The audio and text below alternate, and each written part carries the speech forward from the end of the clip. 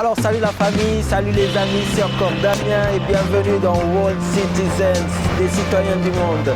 Et aujourd'hui, comme prévu à la vidéo précédente, nous avons dit que nous allons aller voir les communautés africaines qui vivent ici en Inde. Et pour commencer, bien sûr, je suis congolais. Pas de plus normal d'aller voir la communauté congolaise qui vit ici en Inde. Certains sont ici en tout cas pour la plupart, sont ici pour les études et les autres sont venus pour les soins et certains encore sont venus pour le tourisme. Mais nous allons plus nous intéresser à ceux qui sont venus pour les études. Et ils vont nous raconter leur histoire, leur parcours en Inde, leurs impressions et vous allez plus connaître de l'Inde. Est-ce que l'Inde est raciste? Est-ce que l'Inde n'est pas raciste? Est-ce que la communauté congolaise se comporte bien? Est-ce que l'ambassade prend soin d'eux? Tout ça, nous allons débattre avec les Congolais qui sont donnés à notre micro. Et je vous laisse découvrir, à vous de juger. Mettez-nous en commentaire ce que vous voulez dire et nous allons faire les tout pour répondre. C'est parti!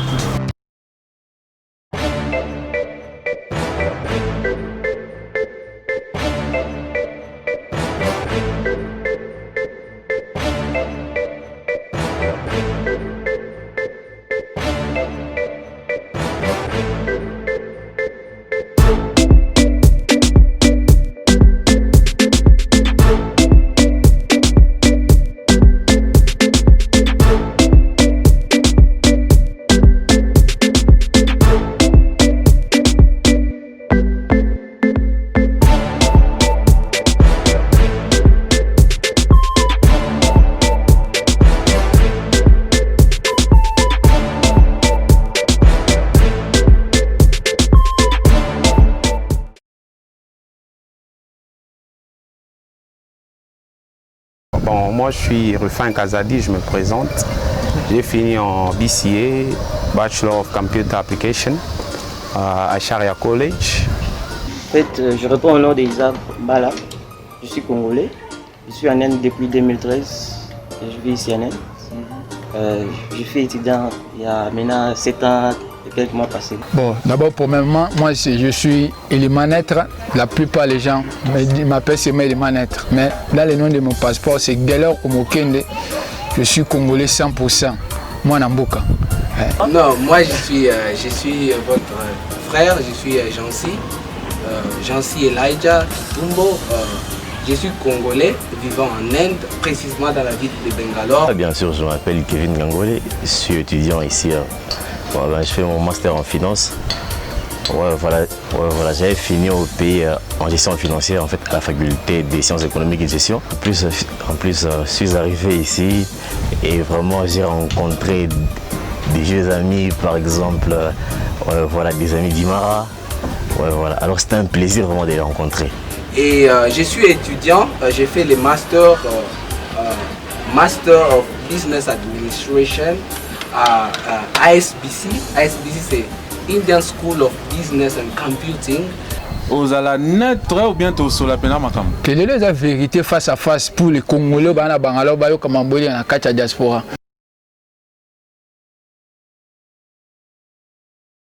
Merci beaucoup pour cette question. Question moi est vraiment importante Makasi. J'adresse d'abord aux Congolais qui en Inde sur ça il y a 2 ans, 3 ans c'est que ça Makasi. Ce n'est pas facile parce que tous les gens tous les Je peux dire, le parcours a toujours eu 2 faces, il y a les bons et les mauvais. Plutôt 2 faces, plutôt il y a la bonne face et la mauvaise face. Voilà, j'y arrive. Excusez-moi avec les Français. Alors, il y a toujours eu les hauts et les bas. Je peux dire, jusque là, je suis satisfait de mon parcours ici et des relations avec les Indiens. Par rapport à ce que Bengue a bien basali. Bengue peut amabe basali. Parce que les appels en Congo, les appels en Congo, ils sont tellement amabe. Parce que les Bengue, ils sont au tel pour dire Indo, on a menda tindelanga ye ou bien azara penser India makila, mais azara hindou.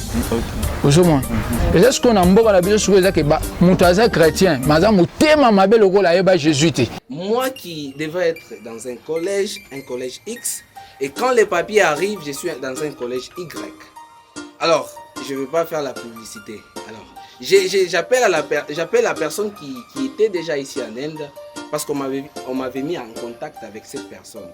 Et quand j'appelle la personne m'a dit non, Ça, c'est juste la même chose. Tu vois, on a écrit Group of Institutions. C'est-à-dire que c'est dans la même institution où tu peux trouver, il y a ça, il y a ça. Tu vois, là, quand je dis X, là, c'est-à-dire que c'est X, vous serez, c'est comme X, Y. Je suis en mathématiques, je ne vais pas faire des... Je ne vais pas faire des... Il faut aller mollo, il faut aller mollo. On ne parle pas de X, on ne parle pas de Y, on ne comprend plus rien. Moi, Indé a kanisaka africain, le roi américain. Ok. Comment t'as mon comportement américain, noir américain, un comportement africain, c'est quoi? Donc, comportement la bisonne des tina bango. Voilà. Yangwana. On peut un gars à mon tapon. C'est pas que tu parler à partir de 22h. Na kangi porte. Mais je suis aux gens n'a que 2h. Il y a ça kangi porte. Au sauter miro côté. À rebiso première fois, deuxième fois, troisième fois na bobi bana. Oh Indien na zamabe. Vous avez dit que côté musique nanda kunanga tinga nanda nanga bachaka musique te principe. Oui moi ce que aime sur na pesa bango na ko pesa bango raison. Na espérant na 2 ans ou 3 ans na salle on pesa bango raison. Pourquoi parce que pour faire la c'est la code de temps code de tout faire na o tiba les 7. Moi ce que faisais mon code de la musique ce qu'on va cano donc ma père je te rappelle je suis en réunion. Bon. Les relations avec les Indiens. Bon, les relations avec les Indiens, il y a bon, l'intégration. Bon, il y avait d'abord la peur. Donc, je me suis retrouvé dans un environnement que je ne connaissais pas, je n'avais pas l'idée au fait. Donc, en arrivant, l'expérience était un peu trop difficile, tu vois. Donc, moi d'abord, quand je suis arrivé ici, venant du pays, donc moi je voyais que les Hindous, ce sont des sorciers. Mais ouais, sauf qu'au début, là-bas, avec l'anglais, quand j'allais au collège pour la première fois, ouais, mais vraiment, j'avais une phobie et tout. Donc, genre, devant les potes, tu es là, tu es trop calme, trop timide, là. Ouais, alors, j'avais du mal vraiment à m'intégrer au début. Alors, il a fallu que je puisse vraiment m'intégrer. Indien, selon moi, l'expérience, j'ai voulu m'y apporter, mais je t'ai mis la patte. Quand on fait quoi, un problème dans Indien, c'est moi pour me pencher qu'il faut bailler ou soit tu n'as pas de t'as pas de problème. Ouais, j'ai l'expérience, mais moi.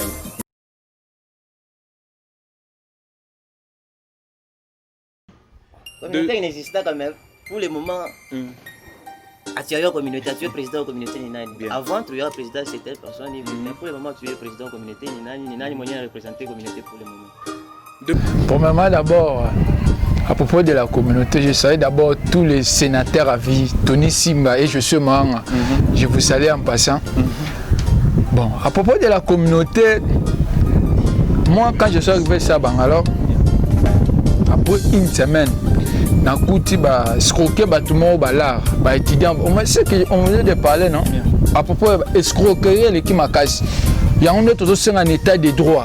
Quand pas d'état de droit, quoi appelle à Bangalore. Moutounio c'est escroquer moi na ba tout le monde a minévalé ba état de droit Rolanda. Même si tu es partout, même à l'Équateur, on va te suivre. La plainte déjà au côté ça déjà bon bazan na katia bango ba état de droit on va te suivre partout. Ce que l'homme a battu à minéval, il est temps que nous négocions pour l'état de droit côté. Et côté fait na katia communauté toujours là nango partout. OK. Et na comment na Bangalore Besroka ba frère na biso mo bayaka plus de 15. Parce que ka ba bon en tant que nana makila ya congolais quoi. Et ça nga motema passe.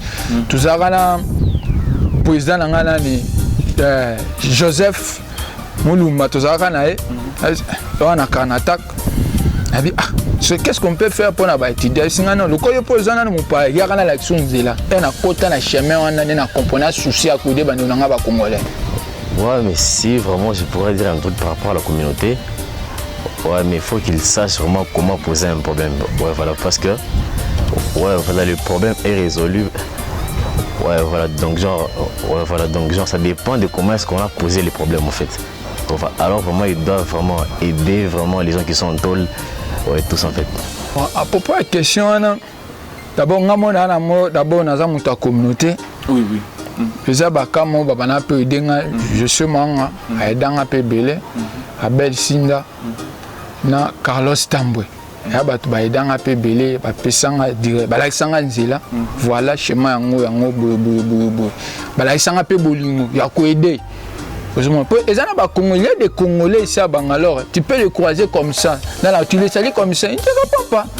Bon à propos mamotali ambassade yango nde na ebisa ozo jouer intérim Jafet naota kosola na ye avant à propos de makambo ezoleka na ambassade ezotouche mpe biso ezotouche mpe biso makasi parce que nayebi te nini nakobanda te à propos na mama ambassade wana po tokuta sujet wana tokuta problème wana eza kaka eloko tokosenga na président de la république na ministre affaires étrangères ata na makambo ta diaspora ya Asie tozali tumane basala ba réunion na ba diaspora mosusu me babosa na biso ba diaspora Asie mais na diaspora Asie tozana mitu et ça les a biso na Asie tozala ba bien certes biso to ya kotanga mitu eza ba projet eza ba entrepreneur baza en Asie mais ba négliger biso batala pe likambo etali à propos ba congolais moi bato baza na ambassade chaque jour na isa bango ke ta boza na ambassade wana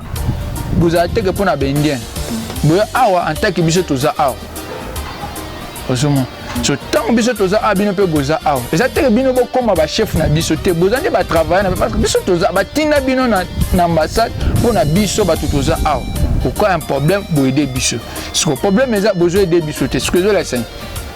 C'est la communauté qui nous représente. On est ici, je ne sais pas moi, 1000, 2000, 3000, 4000. Ce n'est pas toutes les personnes qui sont ici qui doivent directement s'adresser à l'ambassade. Donc la communauté est là, c'est pour nous faciliter au moins. Donc moi, à part peut-être les histoires par exemple des passeports, là on voit les émissaires, les personnes qui viennent des délits ici pour résoudre un problème par rapport, je sais pas moi. Mais à part ça, bon, je sais pas. Mais il y avait aussi des événements où l'ambassadeur venait ici 30 juin. Mais moi je ne pense pas que le 30 juin c'est plus important qu'une personne qui est en prison. Bon.